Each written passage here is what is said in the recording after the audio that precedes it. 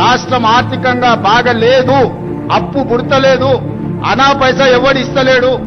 అప్పు పుడితే నేను కూడా ఏదో ఒకటి చేసి తెచ్చిచ్చేటోను, అప్పు పుట్టట్లేదు.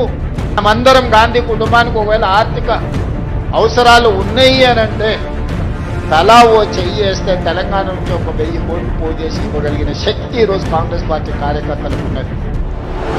మీరు మీ దగ్గర డబ్బులు వసూలు చేయాలంటే రాహుల్ గాంధీ మీరు పంపేయండి. ఆయన ఇక్కడ ఎందుకు రావాలి 1000 కోట్ల కోసం? పంపేయండి, మీరే పంపేయండి ఆయనకు. వాళ్ళ ముఖ్యమంత్రిని వాళ్ళు అడుగుతారా? రిటైర్ అయిన వాళ్ళకు పెన్షన్ ఎందుకు ఇవ్వట్లేదు, నువ్వు 6 గ్యారంటీలు నువ్వు ఎందుకు అమలుపరచట్లేదు, విద్యార్థులకు ఫీజు రీయింబర్స్మెంట్ ఎందుకు ఇవ్వట్లేదు, రైతులకు రైతు భరోసా ఎందుకు ఇవ్వట్లేదు, ఆరోగ్యశ్రీ ఎందుకు పథకం ఆపేశారు? ఇది వారు రాహుల్ గాంధీ గారు రేవంత్ రెడ్డి గారిని అడగాలి.